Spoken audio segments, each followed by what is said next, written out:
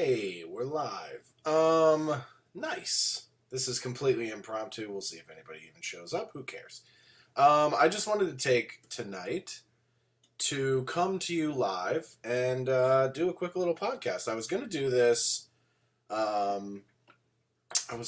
this back when I was traveling on the East Coast, and you know, I don't know if anybody else deals with this, but it's like when you go home to visit, does anyone else's family, when they go home to visit, just not have the internet?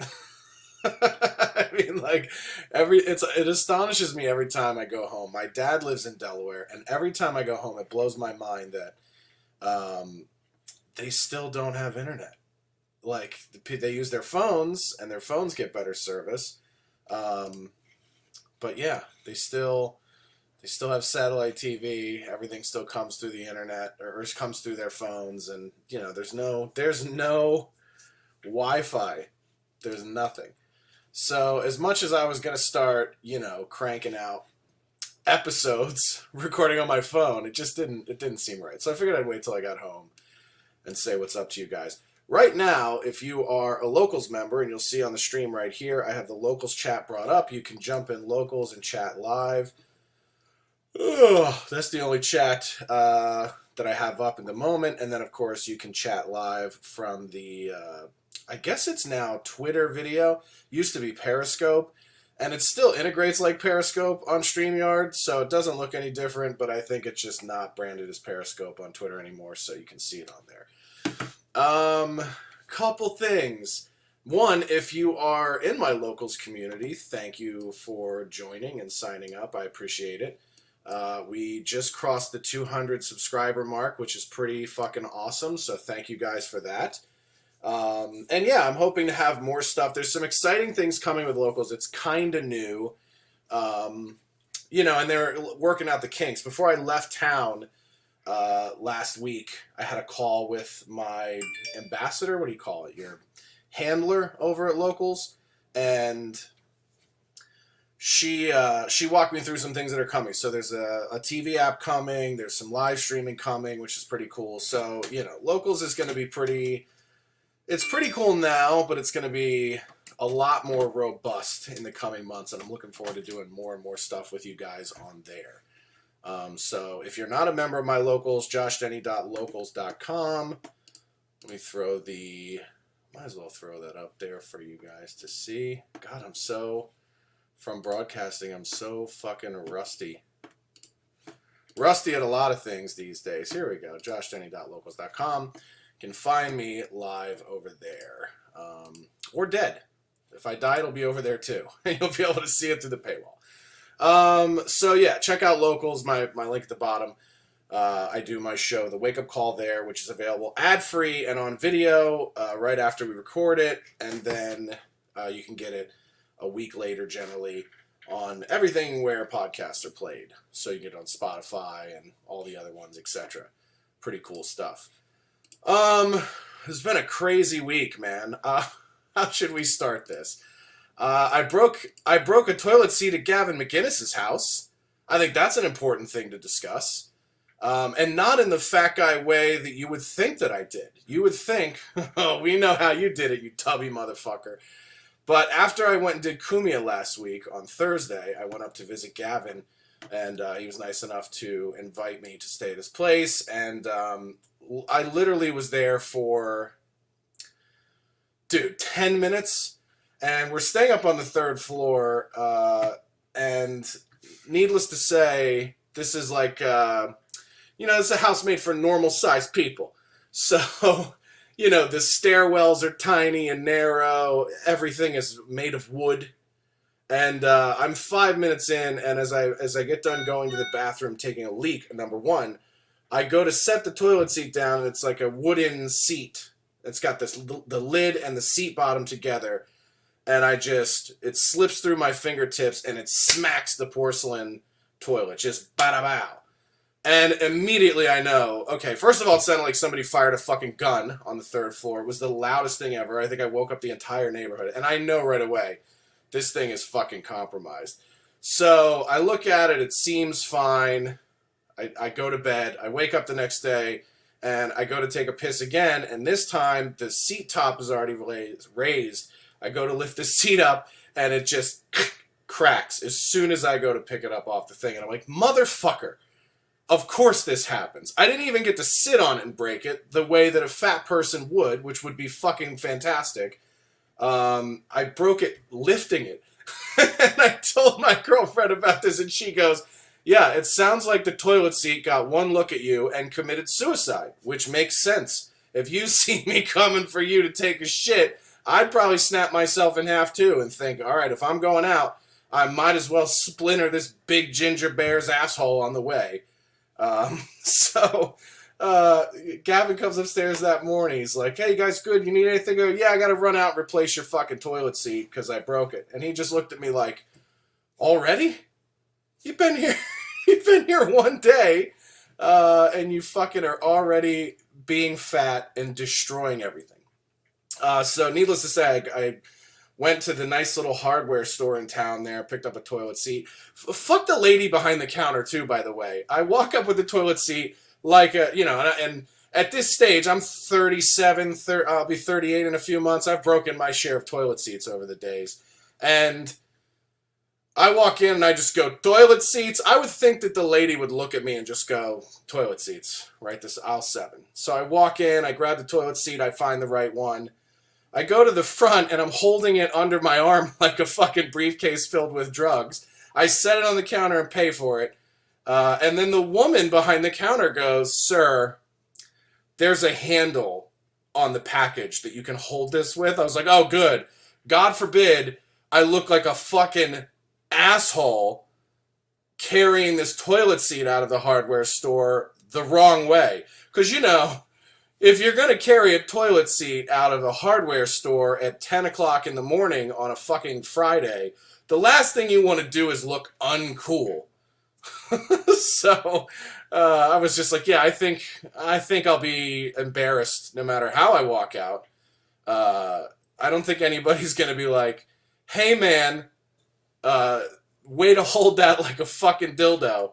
I think at the end of the day, if you're carrying a toilet seat out of a hardware store, you can't look cool. I would love to see the guy who looks cool enough walking out of a hardware store with a toilet seat to where women on the street just start sucking this guy's dick. Like, oh my God, you see how he held that toilet seat? What a bad motherfucker.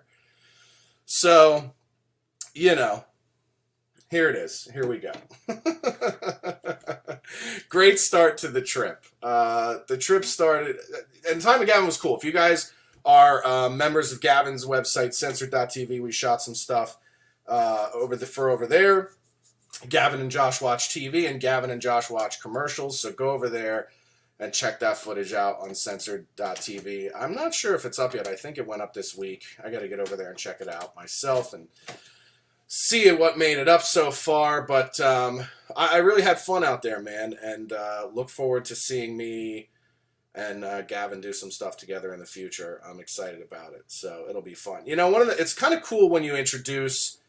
I was traveling with my buddy Shawn on the road this weekend, and it's kind of cool when you introduce friends from like different worlds. Like, obviously I have my friends I grew up with. Shawn is my oldest buddy, man. We grew up together since I was 11 years old, and we used to play street hockey together. We've been staying over each other's houses and stuff since we were 11. He used to come out and visit in LA every year before we both got super busy. And, he shot stuff with me when we did Ginormous Food that never made it because it was definitely not appropriate for television. And it was probably kind of boring, right? It was just two fat guys eating and being quiet. That never makes for good television. So every cool thing that I've ever done in my life, and every high and every low, like Shawn's been there. Shawn's either been a guy that's been there to celebrate the highs with me, or been there to kind of help, dust me off and pick me up in the low points as well. And so, throughout my life, I've gotten introduced Shawn to different people, that I've come across or work with in all different kinds of capacities. And I thought, I wanted to go home and visit my dad, who's 80, who just turned 80 in January.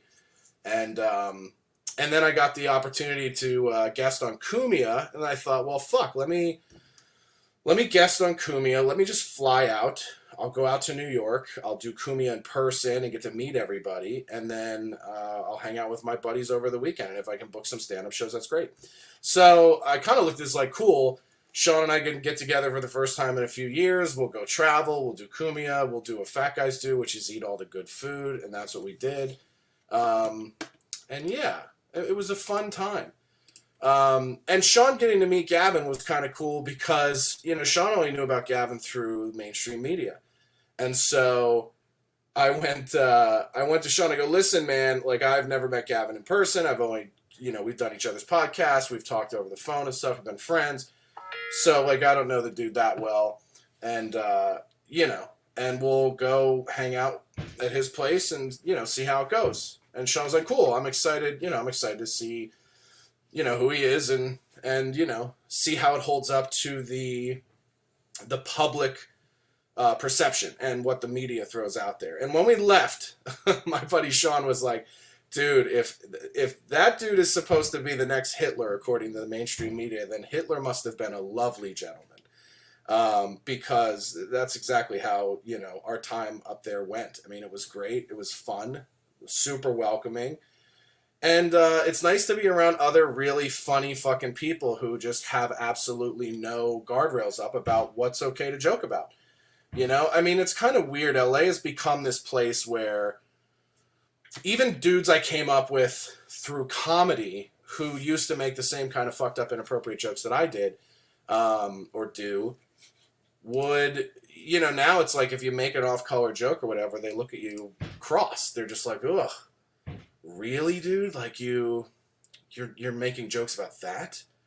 And it's just gross. It's a gross fucking feeling to be around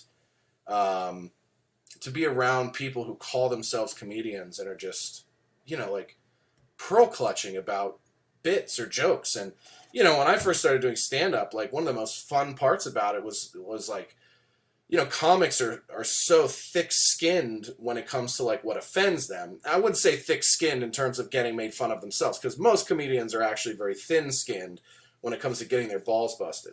But usually they're pretty thick-skinned about subject matter or things, they're not really a pearl-clutchy type, but that's changed over the past few years, where even, like, so-called comedians are starting to be like, I would never make jokes about it. I mean, you see, like, Sarah Silverman talking about this. I would never make jokes about that. I would never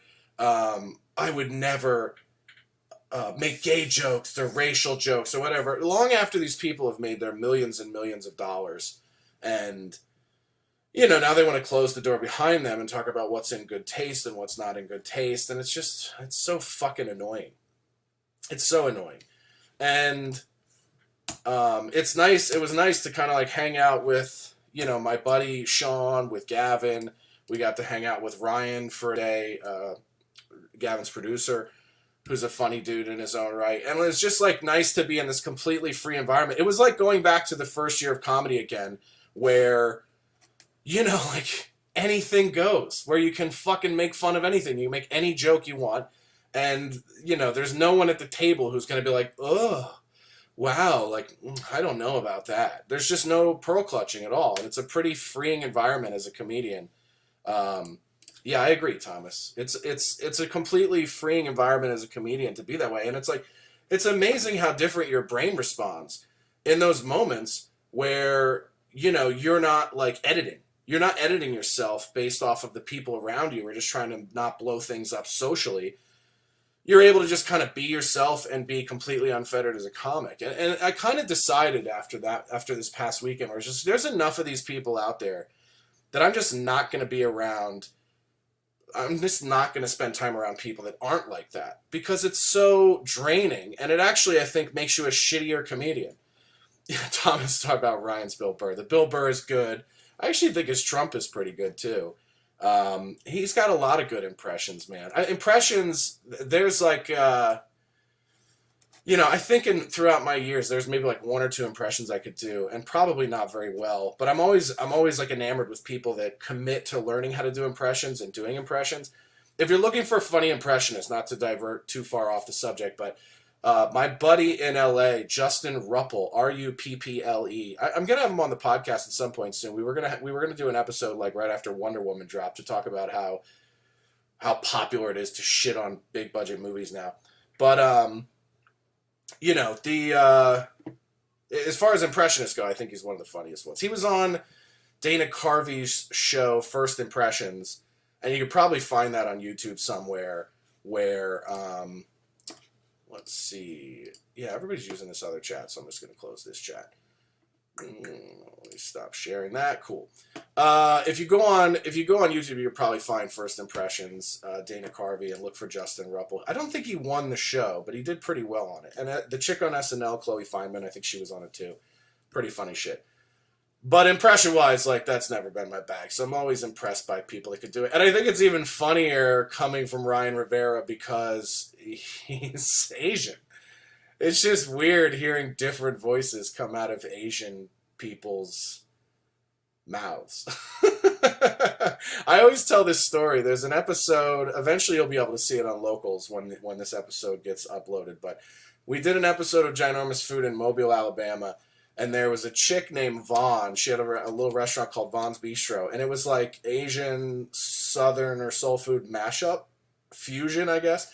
And normally I hate fusion, but it actually really worked. It was really good. But the crazy thing about Vaughn is that she's like full Asian, but I think she was adopted, so her voice is like Southern Belle. So she's literally like Asian lady, and then her voice is like, "Hi, how y'all doing?" And it just doesn't even go together. And I think like for the first hour that day, I was just like dying every time she spoke. It was impossible not to crack the fuck up all the time. So stay tuned for that coming. That'll be like months away because I'm uploading those episodes in the order in which they aired. So we'll have a new one this week coming up. We had a new one last week, and it's the only place where you can watch the old episodes of my show, which have been slightly altered as to not infringe upon copyright. So enjoy that. But hanging out with Gavin and Ryan and Shawn wasn't the only thing. I mean, it was walking into Compound and doing Dookumia and getting to meet Anthony and like sit in the chair next to him and do the show with him was amazing and surreal. And, you know, one of the things that I always tell people, like, you know, throughout your career, you'll have all these crazy ups and downs. And I'll talk about that a little bit more in a bit because I think some people still think that, like, those of us who have chosen this lifestyle aren't accustomed to downs and don't know how to deal with it. Sounds like we're talking about retarded people. I've seen my share of downses, and I love them. You know, it seems like sometimes people think that we don't know how to take an L. And boy, do I know how to take a fucking L. But there are moments in your career that aren't L's, and sometimes you get so caught up in, you know, where you're at or what you're doing or what you're trying to do that sometimes you forget about those things. Like I got to do, you know, Tripoli's been really, really awesome in terms of like helping me in my career and giving me show opportunities and stuff. And if you guys don't know Sam, he's got one of the best podcasts out there as far as conspiracy podcasts go called Tinfoil Hat. Check that out. I'll have Sam on this show again at some point. But he's probably one of my best friends in comedy that's still in LA. Maybe the only one. And, you know, he had me on a couple of his shows, Comedy Chaos, in the main room at the Comedy Store before everything shut down. And the lineups were insane. Like, the lineups would be, you know, Chris D'Elia, canceled. Joe Rogan, Ron White, Brian Callen, canceled. You know, all these Whitney Cummings, Bill Burr, or not Bill Burr. I don't think I did a show with Bill at the store yet. Who else was on it? Bert Kreischer, Tom Segura, you know, like all these heavy hitters. And there was one night where I did the show. Ron White was one of the guests. And I was in the back, like, workshopping a bit with Sam, and Ron just kind of, like, stepped into the conversation and started, like, giving notes or, like, saying, hey, have you thought about putting that there?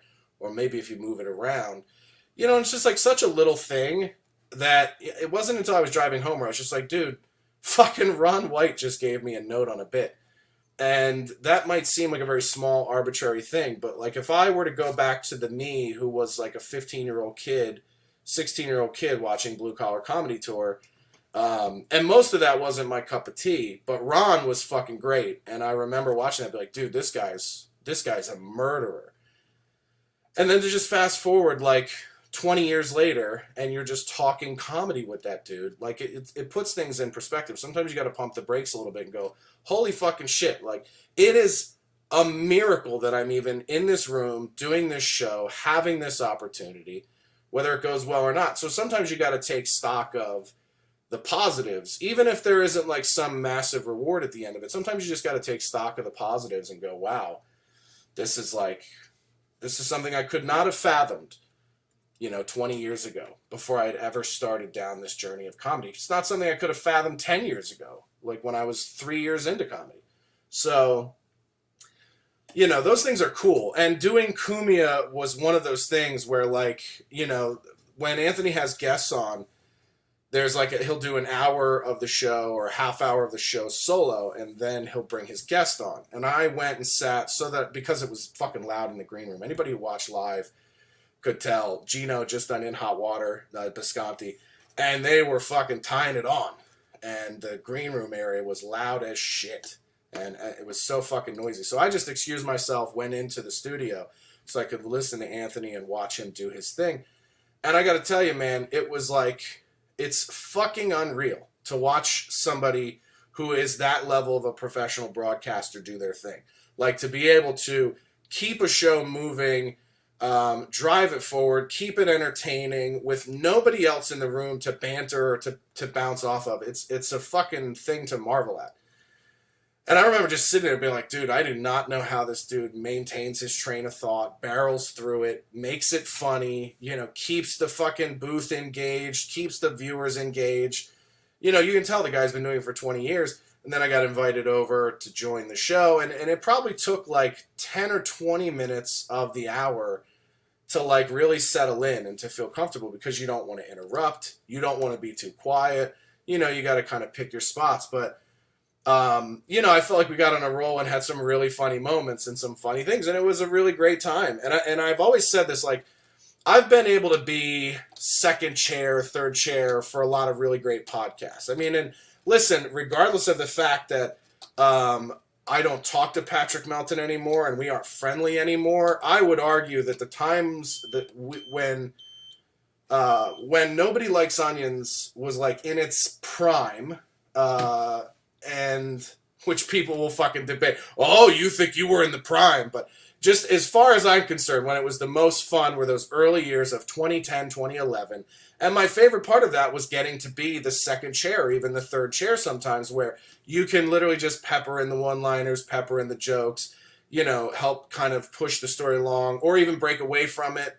That is my favorite spot to be on a podcast. And for the longest time, I didn't start my own podcast or broadcast because I didn't want to do, I didn't want to do this part, the first chair part, pushing things along, picking segments, sticking to a format, following, notes and stories and all the prep work. I love being able to just come in and pepper something with jokes and try to be funny off the cuff.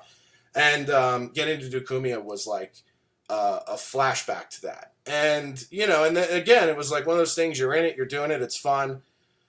And, and it wasn't until I left that I was just like, holy shit, dude, like that's fucking Opie and Anthony. Like that dude is a legend in broadcasting, and you just got to sit across from him and fucking talk shit about the news. That's crazy. And so I'm trying to get better at, yeah, Thomas, third mic is the best spot. It really is. It really is. Because generally, if you have a two mic situation, you have the straight man, you have the extremist funny man, and that's what I always think was great about Opie and Anthony back in the day. Opie was obviously the straight man, which I think sometimes he had a problem wearing that hat, and that fucked the show up a little bit.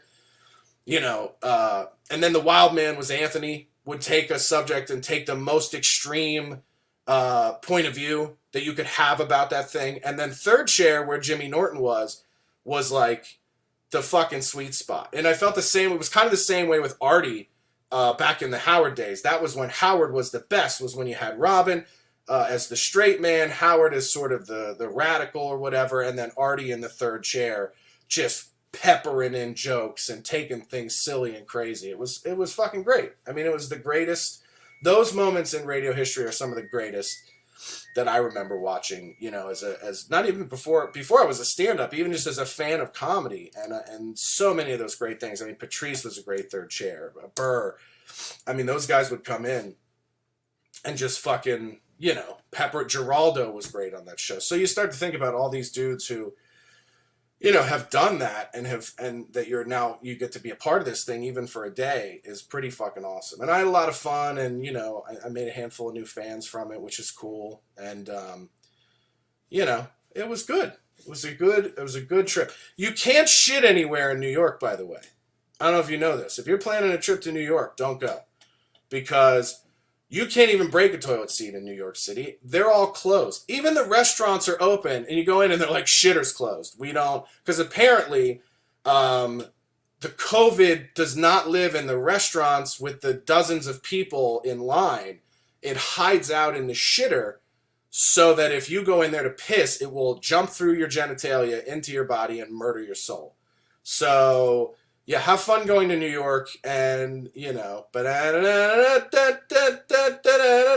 oh, I have to shit now. It's over.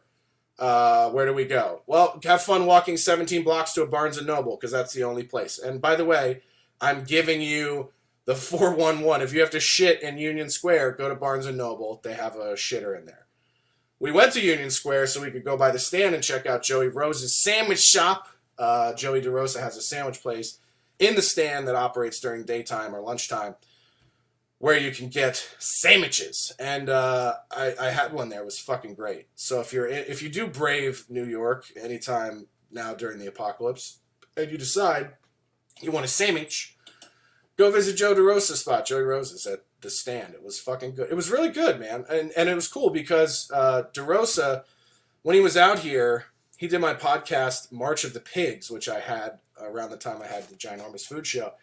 And I remember him telling me, like, dude, I've always wanted to open a sandwich place. And I'm glad that he finally did it. And it's good. It holds up. And it's not expensive. Dude, food is so cheap on the East Coast. Just buying food out there, I was like, Jesus Christ, this is why we're all fucking broke. Because an $8 sandwich in New York is a $78 sandwich in LA. I mean, that's an exaggeration, but it's like $13.99. Something that is $10 in New York is $14 or $15 in LA. Absolutely ridiculous. And yeah, we're getting gouged. It's a fucking bloodbath. I got to hang out with Gino. First time I'd seen him in a while. Gino's a fucking trip. Gino was nice enough to come do a guest spot at our bust of a show in New Jersey.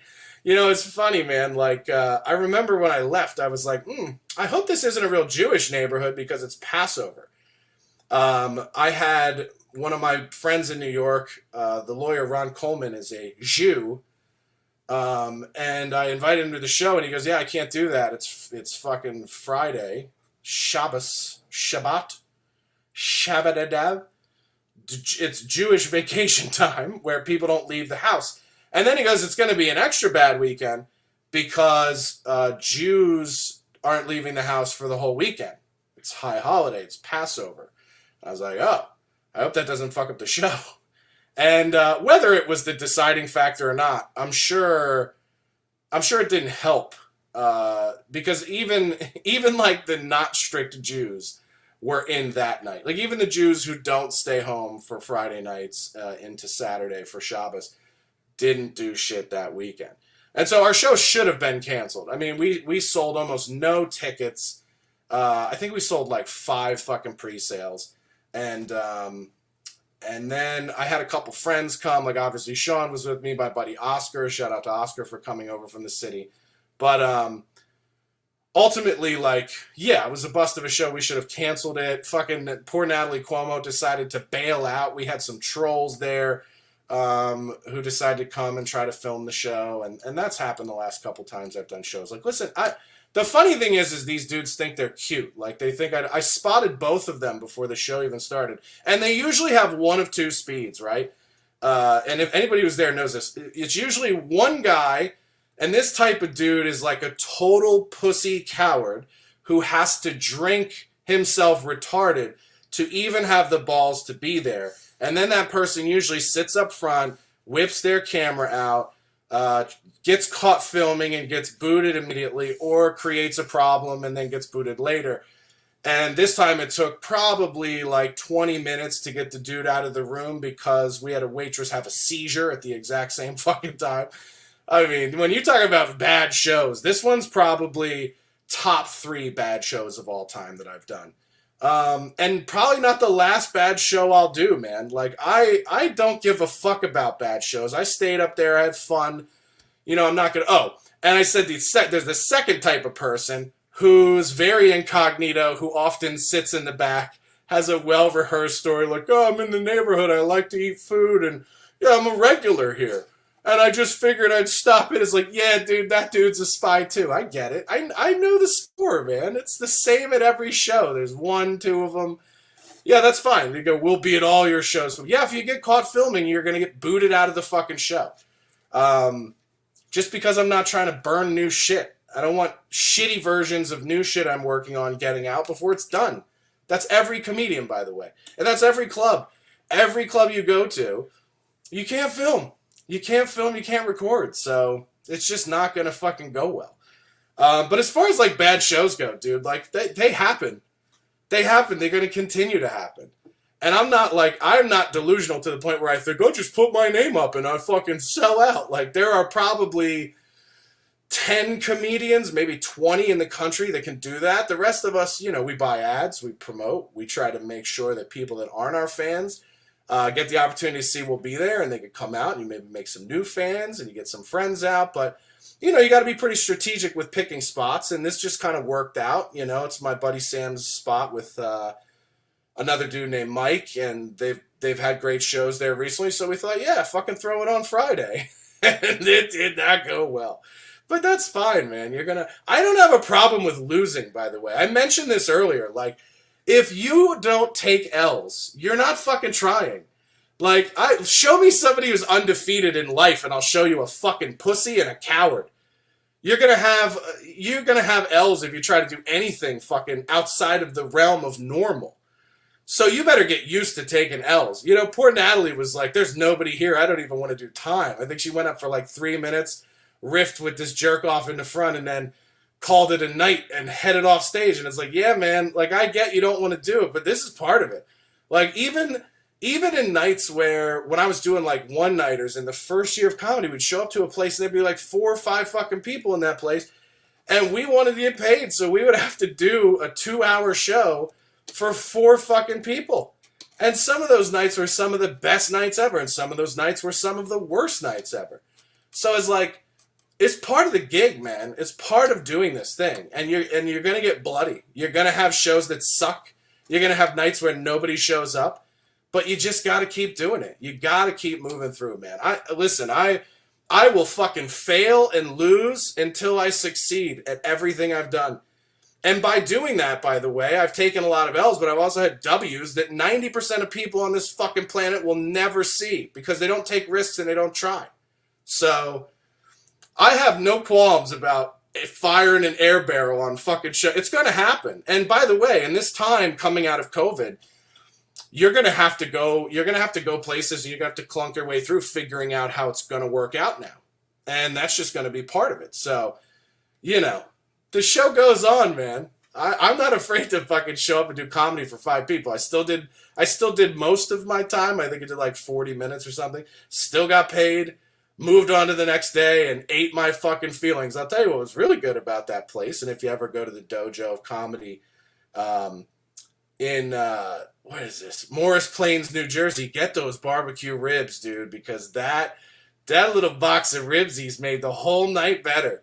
I walked out of that place like, fuck, dude, that sucks. And then I took these ribs back to the hotel, and I forgot all about that shit because they were absolutely delicious.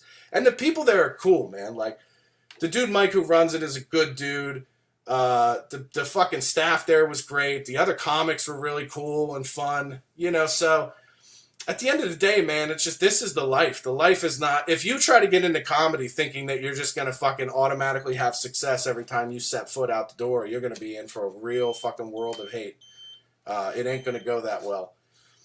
It's, and you know, Dude, I remember talking with Russell Peters about this shit. Like, Russell Peters was selling out the O2 Arena in the UK and would do like improv shows here in Hollywood and sell 50 tickets. As fucking big as he is internationally, in Hollywood, nobody gave a shit. He'd sell like 40, 50 tickets. And now, granted, this was probably like 10 years ago or so. I mean, it might be a different story now. But, you know, you hear those stories about guys that they're famous, but they have a niche. And if you go somewhere that is not your niche, or somewhere that's not a big city, or somewhere where you don't have a lot of fans or things like that, you know, all those things are variables. And then you go on a holiday weekend. You just got to decide that this is for you, and you're going to barrel through it no matter how good it is or how bad it is. On the flip side of that, you can't get too full of yourself when you're up either. Like, you can't just think like, oh, it's the high time now. Like, people know this. When I had a TV show that was getting 1 million viewers an episode, was renewed after 2 episodes for a full season up order, and I was in interviews and morning talk shows and stuff. When that happened, I was still driving Uber on my off weeks because I knew, like, this could fucking come crashing down at any minute. I'm going to save what money I can, and I'm just going to keep fucking moving forward. Like, you can't get that excited about the good stuff, and you can't get that bummed about the bad stuff, man. So that's what it is, dude. If you want to show up to my shows to root against me, what a fucking horribly sad, pathetic waste of your time. Because whether the shows are good or not, I'm going to have fun. And if you're there not to have fun, you're going to be the only fucking one. Because I'll figure out how to have a good time. That's my thing. Let's see. Yeah, I wanted to talk about that. Yeah, it's like, and listen, liking people who are just winning all the time at things is easy. You know, I remember when this happened in the MMA world when Ronda Rousey lost her first fight. And people were like, oh, she doesn't know how to fucking lose. And they're probably right about that. And then I remember how Conor McGregor lost his first fight. And even though, you know, he did a lot of shit talking to Nate Diaz beforehand and, you know, talking smack and just trashing Nate, he got choked out and he won like he lost like a fucking man. He took it on the chin, took the L, and was just like, listen, he was the better man. He got the best of me. I want to run it back. Let's fight again. And I became a bigger fan of Conor McGregor for how he loses than how he wins, because he has a way of losing and learning. And, you know, you'll hear that in fighting all the time where people go, it's not win or lose, it's win or learn. And you got to just take what you can from the losses and learn. And I try to do that every time. Like, you know, when that show was over, I went into the office to talk with Mike and go, all right, how do we make sure that we avoid this the next time? So what could we have done differently? What can I do differently? I'd use the targeted ads this way. Is there something different we should be doing? Is there somebody that has, you know, regular success in this room that normally doesn't? And we were even talking about Reverend Bob Levy, who had a show that Saturday. And Mike was like, yeah, dude, Bob usually brings 30 to 50 here automatically, and it's a sellout, and we've got 5 on the books for tomorrow. So they ended up canceling that show too. So it could have just been the weekend. It could have been a number of things. But I always try to own my part of it and just go, hey, man, you know, maybe these kind of gigs that are on the fringes, like it just doesn't work, or it doesn't make sense for me to do it. You know, I got to think about that stuff. But as far as like getting the opportunity and it not being a home run, that's part of the deal, man. It's going to happen. I've done shows in my own fucking backyard. I did, when I did Minneapolis in spring of 19, after I lost that last corporate job, I went out there and did a whole weekend of shows, and it was Memorial Day weekend. And even with all the friends and family I had there was like 50 people in every show, because it was a holiday weekend. First weekend of good weather, and I had friends that I texted. I was like, dude, I'm headlining the whole weekend, come out. And they're like, yo, man, we got the fucking jet skis out this weekend. We ain't going inside to watch. They were like, fucking George Carlin could come back from the dead and be at that comedy club, and we're gonna be on the lake, so enjoy your chuckles, fat fuck. I mean, it's just, that's what it is, man. That's what it is. Somebody asked, why are you so hated? I think it's because of this. It's because I have no fucking qualms about who I am as a person, and I don't give a shit about the scorecard, man. I love It's like those fighters that are like 10-10 or 10-12. And some of the greatest fighters in the world had those fucking rough records, man. Crippler Chris Lieben was a guy like that. Fucking up and down and up and down. Nick Diaz is that way. Nate Diaz is that way. Those guys, you know, they just fucking love to fight. And for me, I just love comedy. So, you know, I'll take the L's, I'll take the W's, I'll take them all. I just love getting to get out there and do that and meeting people and hanging out with cool people. And I'm never going to fucking give up. Like, obviously, if that were an option at this point, it would have materialized. Like, obviously, if I could just quit and go back to regular life, I would have done that, or I'd be doing that, right? That's not on the table anymore. I am in this weird place of infamy where I am well known enough to where a quick Google search can put a good or bad taste in your mouth about me, and I'm not well known enough to just put my name on a marquee, sell out, and make tons and tons of money. So it's going to be a battle and a grind at this point in my career, and I'm prepared for it, man. I'm prepared for it. I mean, and you know, if you're not willing to sacrifice this shit, it's not for you. It's not for you. And even when you have L's, just remember there's always coal-fired pizza right afterwards. And I want to tell you guys, if you don't know about coal-fired pizza, you are missing the fuck out. Missing out, dude. There's this chain on the East Coast. Let me see if I can find their website. There's a chain on the East Coast called Anthony's Coal-Fired Pizza. I gotta tell you, I know people think that coal is an archaic form of fuel, but when it comes to pizza, it should be the only form of fuel, because that shit is fucking amazing. Here we go. Anthony's Coal-Fired Pizza. Fucking unbelievable. If you are on the East Coast, you need to go to this place right away. This looks like a fucking sponsored ad. It's not. This place is amazing. So I ate here. I did a corporate gig in 2018 around Christmas time where I was doing a thing for Castle Windows. I don't know if you guys I don't know if anybody on the East Coast knows Castle Window Company. My friend Jason worked for them, and he thought it'd be a good idea to hire me for their Christmas party, which was fun, and that wasn't necessarily a bad idea, but it sort of sparked a bit of a problem for the HR department, because apparently I inspired the son of the owner of the company, who's also like the acting president, to just go up and start roasting people, which I can do as a hired comedian who doesn't have to go back to the office on Monday, but the president shouldn't have done that. So he just went. The dude kind of reminded me of like a Kyle Mooney character from SNL, where he was like this white rapper, and so he was like delivering roast jokes in like a rap cadence, and just like, but dropping shit that was way too personal and not appropriate for a company function. So that was like an interesting day. And then anyway, we were going back to the hotel from this event, and Jason was driving me. We got caught in a blizzard in Jersey, and we just pulled into a parking lot, and there was one of these Anthony's Coal-Fired Pizzas there. And I was like, let's just go in and have a giant fucking lunch and wait for this snow to blow over. So we go into, these wings right here. You see these? Oh, the coal-fired wings. They put little fucking caramelized onions on them. Jesus Christ, these are fucking amazing. So we went in and we housed like an order of wings and a giant pizza and a whole fucking salad for 2 people, and it was amazing. And then so when Shawn and I left Morris Plains Saturday morning, I was like, yo, let's find one of these on the way home and let's hit that shit. And so we did. And it's great. And by the way, these tomatoes is exactly how they slice tomatoes for the salad. Stop doing that, pizza places. Your Family Guy did a bit about this like 5 years ago, how pizza places just refuse to prep vegetables for salads, and they just cut a tomato into quarters and throw big-ass chunks in the salad.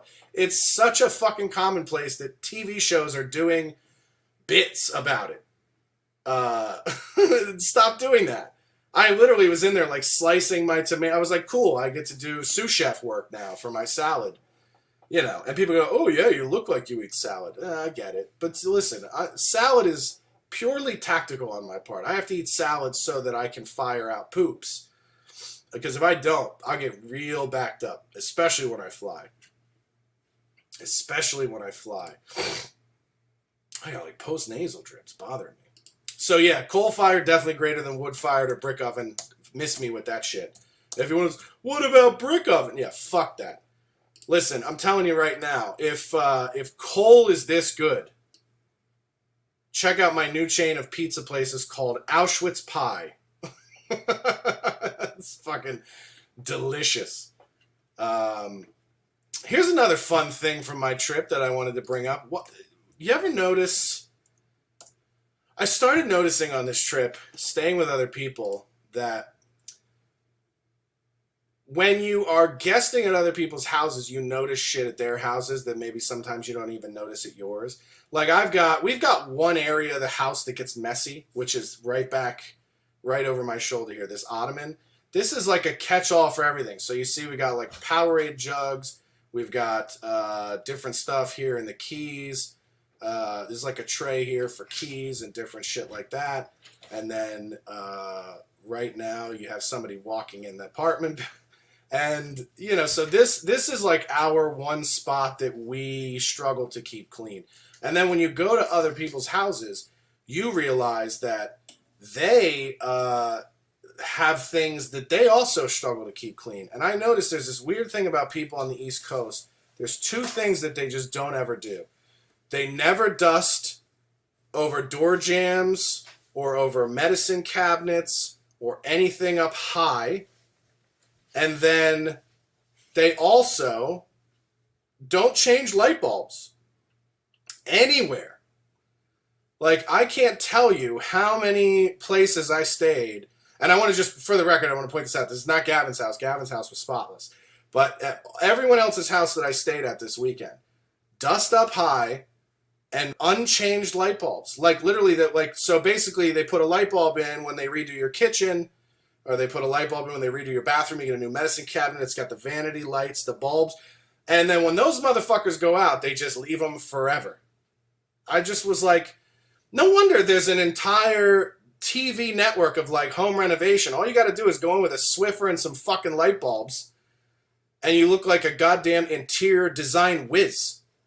It's like, yo, just up here with it. They make an extendable one with the feathers that you just fucking go. It's not hard.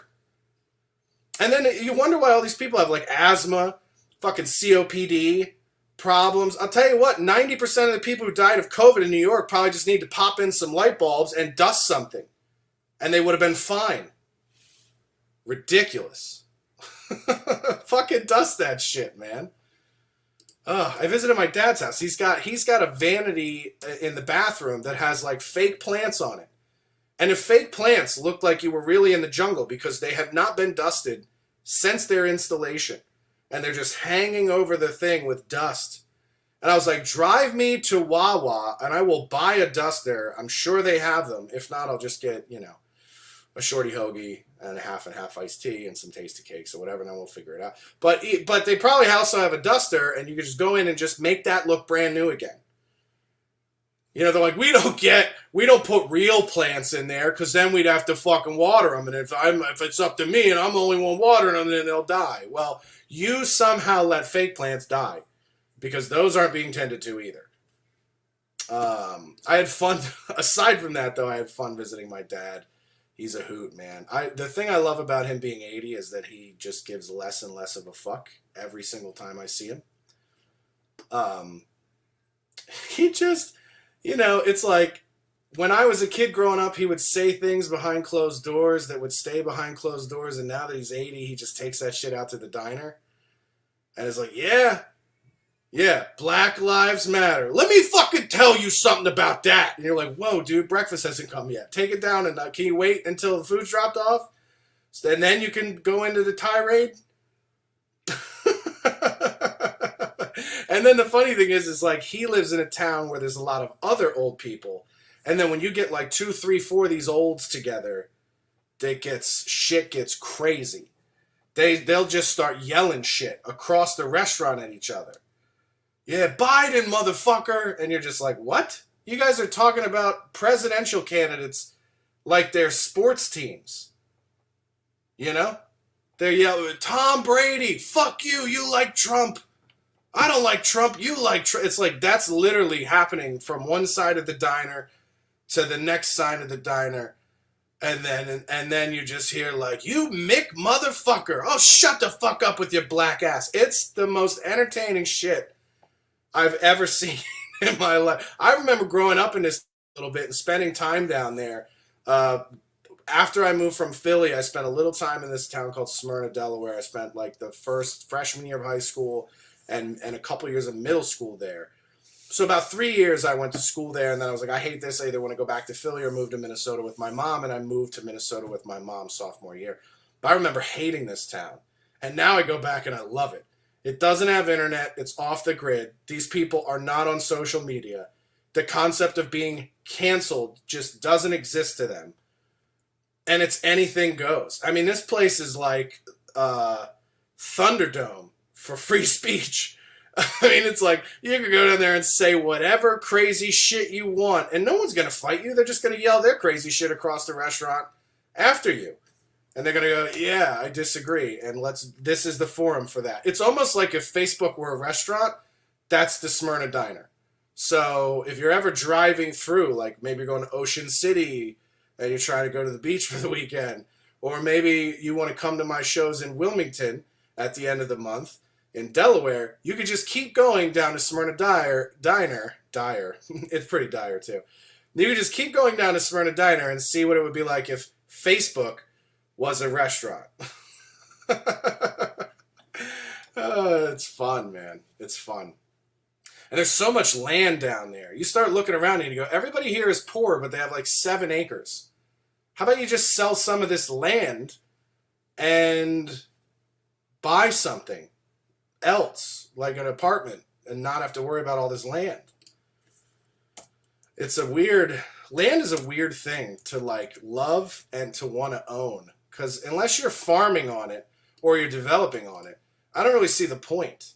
But there is this sort of weird thing, this weird biological thing that people have about land, about like pride in owning just land. What do you do with it? Nothing. There's like old broken down cars in it and like a big mound where we buried some horses 25 years ago. We had horses.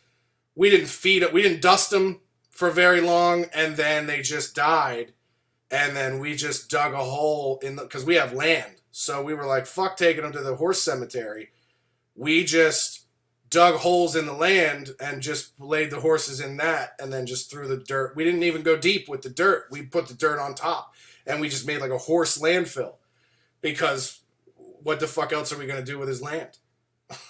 So, it's weird. Like I go to my dad's house, they have a house built on the land, but back behind there used to be, when I was a kid, there was this giant horse thing because my stepmom's mother raised horses. And I assume back in the day there were all kinds of big real horses back there. And then when I lived there as a kid, there was just one miniature horse. And then one summer when I came back to visit, that fucking thing was gone and the pen was taken down.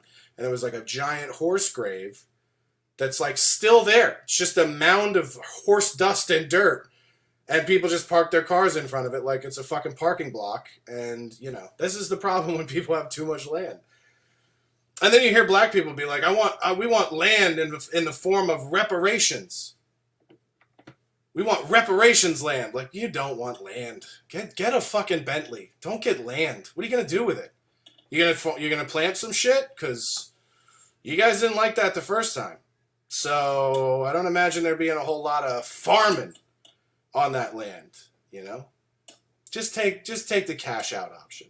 If the reparations come around and they're like land or money, take the fucking money. Don't take the land. You're not going to do anything with land.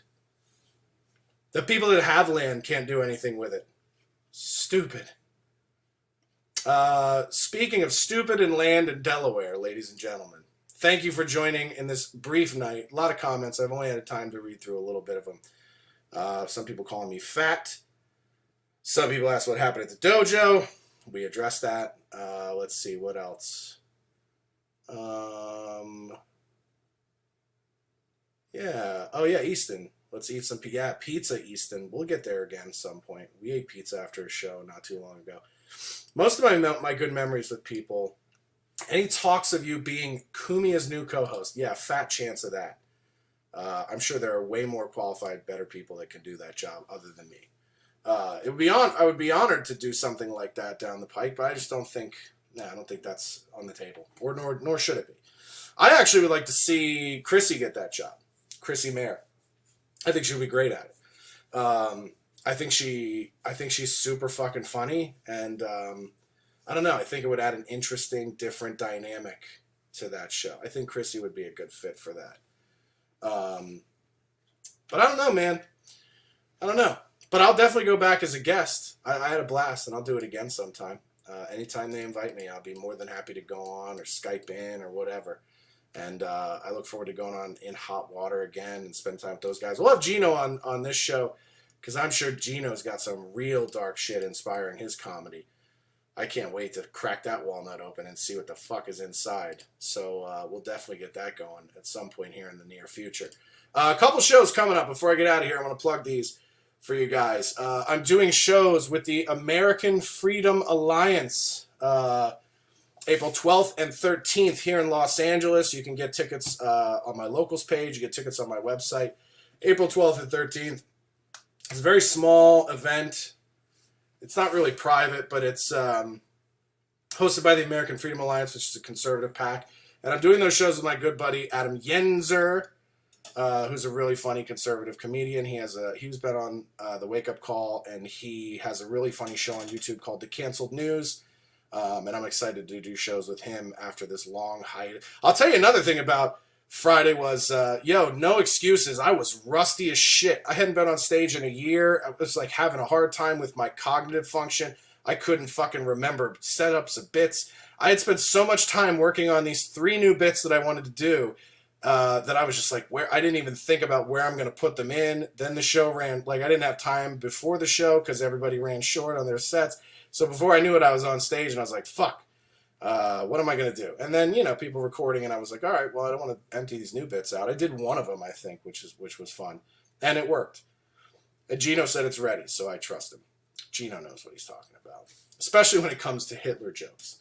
So yeah, American Freedom Alliance, Los Angeles, April 12th and 13th. And then Wilmington, Delaware. I'll be actually out there for 10 days at the end of the month, spending time with family and doing a little R&R visiting. But yeah, it's kind of weird. This is almost like if I would have stayed in that high school in Delaware, this would actually be this summer would be our 20th high school reunion, class of 2001. So if you went to school with me in Delaware and you want to come out and get together with some of our old classmates and stuff, come out. And if I would have stayed in Philadelphia, Ridley High School, class of 2001, this would also be that 20th anniversary. So if you went to school with me there, you should come out to those shows. Wilmington, Delaware, House of Laughs, April 29th. There's a 7 p.m. show, and then April 30th, 7 p.m. and 10 p.m. You can get tickets at houseoflaughs, LAFFS.com. And come on out. Have fun. It's going to be a blast. Be a fun fucking time doing comedy. And and if you're in LA, and you're probably going to want to be a conservative person if you come out to the AFA shows, because it's pretty much like a conservative political conference with a little bit of ha-has at the end of it. I imagine I will be frowned upon for being too liberal in this environment, which is probably not hard to do. You could just say something crazy like, sometimes black people are innocent, and they'll be like, what? No, I'm kidding. I mean, this is one thing I don't like about conservatives, by the way, is this idea that they can never shit on their own side. There's this weird sort of allegiance to party that even exists on the right, or especially exists on the right, where they're just like, yeah, we're on this side all the way, even when that shit doesn't make sense either. So, people go, oh, why do you call yourself a libertarian? You're not really libertarian. It's like, well, I'm for personal freedom, personal responsibility. Libertarian's the closest thing to that. So that's what I go with as far as labels go. But I don't know. I sprinkle in a little bit of everything. Anybody who's fucking smart should do the same thing. You should borrow the best from everywhere. And then you'll come up with the best ideas. So thank you guys for tuning in. Check out the live shows, April 12th, 13th in LA, 29th and 30th in Wilmington. I'm working on some stuff for Austin, Texas. Working on some stuff for Louisiana, the Carolinas, Georgia. So it should be a pretty busy summer. I'm trying to get some stuff put together. Maybe me and Ty Rivera will hit the road and do some shows together. Who knows? Thanks for tuning in, guys. Have a great week. And if you haven't subscribed to my locals, the address is here. And use promo code Denny for your first month free. Thanks again, guys. Have a good one.